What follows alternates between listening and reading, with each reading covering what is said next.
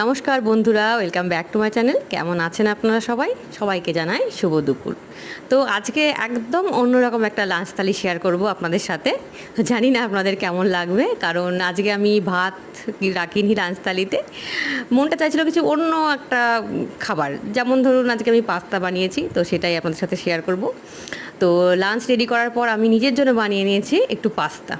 আজকে মনে হচ্ছিল অন্য কিছু একটা খাই, ভাত খেতে ভালো লাগছিল না, ইচ্ছে করছিল না, তাই পাস্তা বানিয়ে নিয়েছি। করেছি হচ্ছে এগ পাস্তা, অল্প কিছু সবজিও অ্যাড করেছি আমি এর ভিতরে। তো দেখুন আমি দুটো বাটিতে সার্ভ করে নিচ্ছি, একটা আমার জন্য, একটা আমার মেয়ের জন্য। আমার মেয়ে রাধা, ও পাস্তা খেতে খুব ভালোবাসে, প্রায়ই বলে যে মা পাস্তা বানিয়ে দাও। বেশি খেতে পারে না, কিন্তু পছন্দ করে, পাস্তাটাও একটু পছন্দ করে। তো সেই জন্য আমি দুজনের জন্যই সার্ভ করে নিচ্ছি পাস্তা।